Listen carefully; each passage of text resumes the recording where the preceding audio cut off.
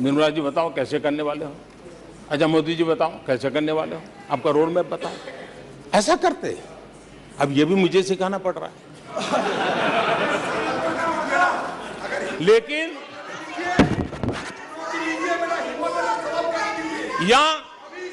या वो कुछ सुझाव दे सकते थे, ये कुछ सुझाव दे सकते थे, या फिर कहते हम चुनाव में जनता के बीच जाकर के बताएंगे कि ये तीसरे की बात करते हैं, हम तो एक नंबर पे लेके आएंगे और ऐसे ऐसे लेके कुछ तो करते यार। लेकिन हमारे विपक्ष की त्रासदी ये है और उनके राजनीतिक विमर्श पर गौर कीजिए। कांग्रेस के लोग क्या कह रहे हैं? अब देखिए कितना कल्पना दारिद्र्य है।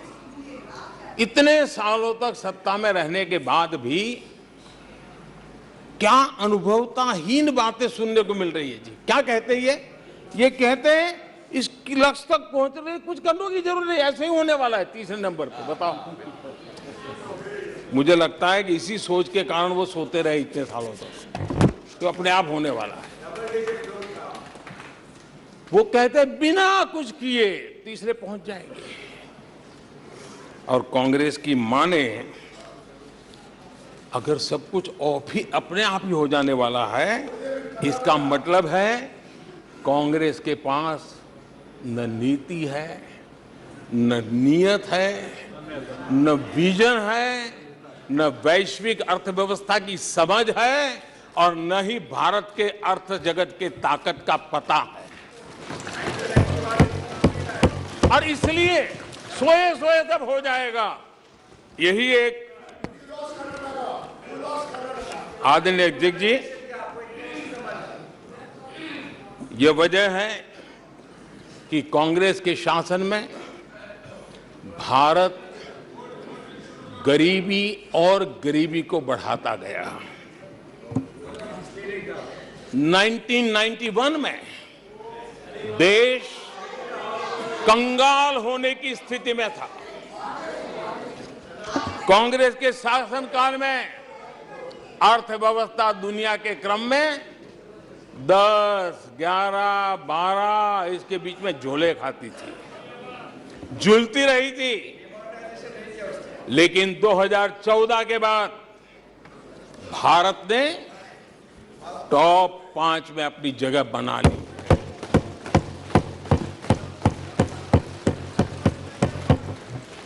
कांग्रेस के लोगों को लगता होगा कि ये कोई जादू से लकड़ी से हुआ है, लेकिन मैं आज सदन को बताना चाहता हूं माननीय अध्यक्ष, रिफॉर्म, परफॉर्म एंड ट्रांसफॉर्म एक निश्चित आयोजन, प्लानिंग और कठोर परिश्रम की पराकाष्ठा, और इसी की वजह से आज देश इस मुकाम पर पहुंचा है। और ये प्लानिंग और परिश्रम की निरंतरता बनी रहेगी। आवश्यकता अनुसार उसमें नए रिफॉर्म होंगे और परफॉर्मेंस के लिए पूरी तरह ताकत को लगाया जाएगा और परिणाम ये होगी कि हम तीसरे नंबर पर पहुंच के रहेंगे। आदरणीय अध्यक्ष जी, देश का विश्वास मैं शब्दों में भी प्रकट करना चाहता हूं, और देश का विश्वास है कि 2028 में आप जब अविश्वास प्रस्ताव लेके आएंगे तब ये देश पहले 3 में होगा। ये देश का विश्वास है।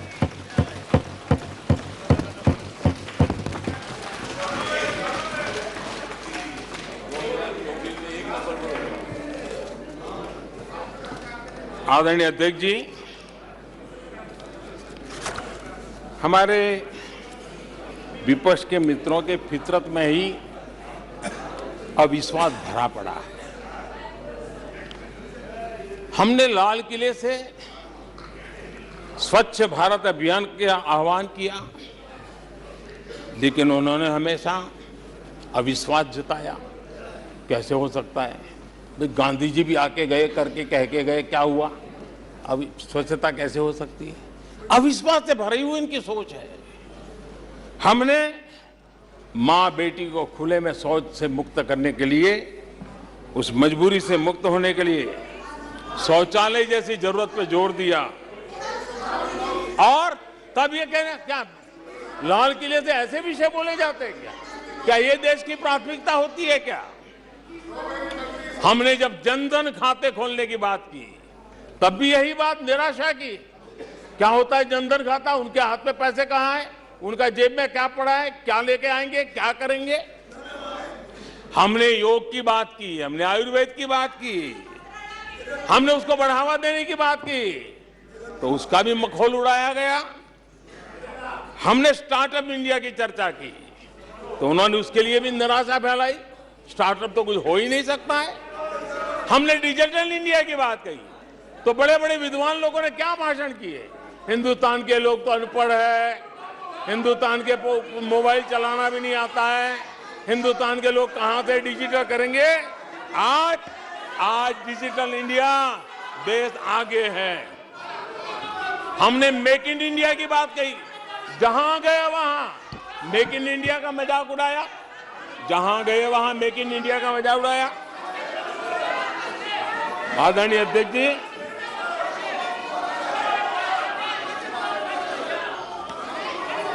कांग्रेस पार्टी और उनके दोस्तों का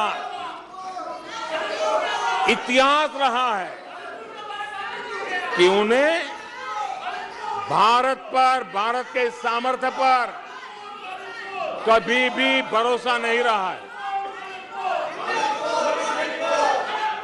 भाषण पूरा नहीं हुआ। आदरणीय अध्यक्ष जी, और ये विश्वास किस पर करते थे? मैं जरा आज सदन को याद दिलाना चाहता हूं। पाकिस्तान सीमा पर हमले करता था, हमारे यहां आए दिन आतंकवादी भेजा जाता था, और उसके बाद पाकिस्तान हाथ ऊपर करके मुकर जाता था, भाग जाता था, बोले हमारी तो कोई जिम्मेवारी नहीं है, कोई जिम्मा लेने को तैयार नहीं होता था। और इनका पाकिस्तान से ऐसा प्रेम था कि वो तुरंत पाकिस्तान की बातों पर विश्वास कर लेते थे। पाकिस्तान कहता था कि आतंकी हमले होते रहेंगे और बातचीत भी होती रहेगी। इन्हें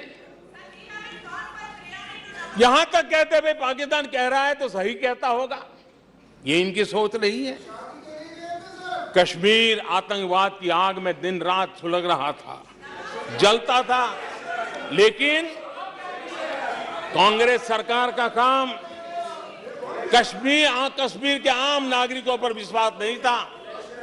वे विश्वास करते थे हुर्रियत पर, वे विश्वास करते थे अलगवादियों के पर, वे विश्वास उन लोगों पर करते थे जो पाकिस्तान का झंडा लेकर के चलते थे।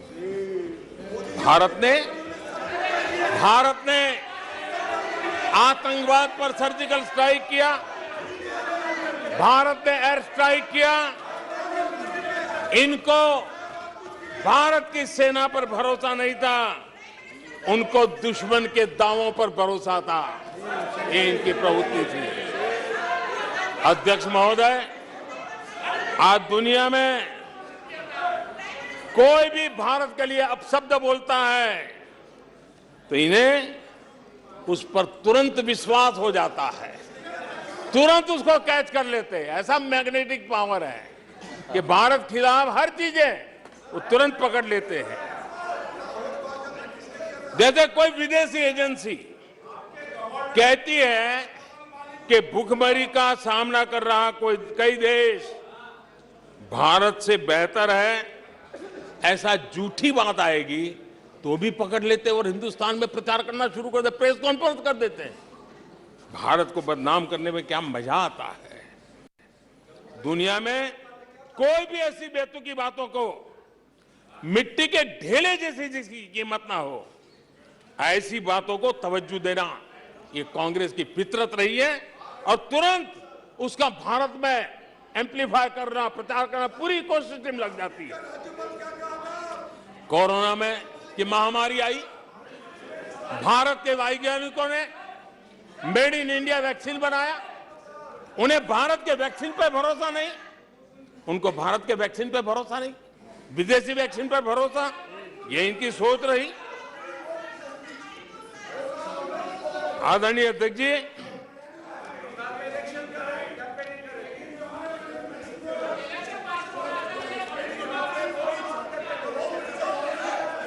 देश के कोटि कोटि नागरिकों ने भारत के वैक्सीन पर विश्वास जताया।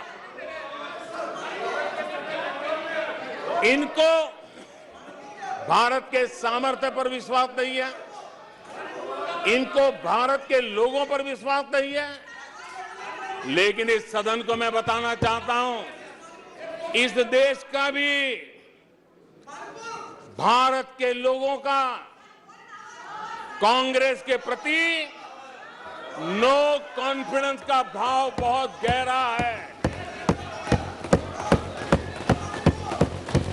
कांग्रेस के प्रति नो कॉन्फिडेंस का भाव बहुत गहरा है भारत के लोगों में।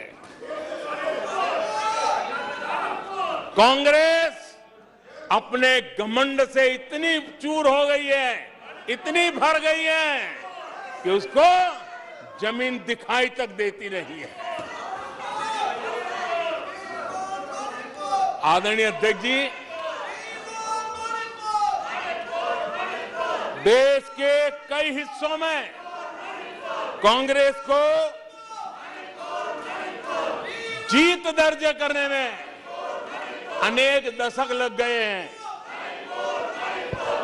तमिलनाडु में कांग्रेस की आखिरी बार 1962 में जीत हुई थी। 61 वर्षों से तमिलनाडु के लोग कह रहे हैं कांग्रेस नो कॉन्फिडेंस। तमिलनाडु के लोग कह रहे हैं कांग्रेस। पश्चिम बंगाल में उन्हें आखिरी बार जीत 1972 में मिली थी। पश्चिम बंगाल के लोग 51 सालों से कह रहे हैं कांग्रेस कांग्रेस। उत्तर प्रदेश और बिहार और गुजरात कांग्रेस आखिरी 1985 में जीती थी। पिछले 38 वर्षों से वहां के लोगों ने कांग्रेस को कहा है, वहां के लोगों ने कांग्रेस को कहा है। त्रिपुरा में उन्हें आखिरी बार 1988 में जीत मिली थी। 35 वर्षों से त्रिपुरा के लोग कांग्रेस को कह रहे हैं कांग्रेस कांग्रेस। ओडिशा में कांग्रेस को आखिरी बार 1995 में जीत नसीब हुई थी। यानी ओडिशा में भी 28 वर्षों से कांग्रेस को एक ही जवाब दे रहा है। उड़ीसा कह रहा है नो कॉन्फिडेंस कांग्रेस। माननीय प्रधानमंत्री जी, नागालैंड में प्लीज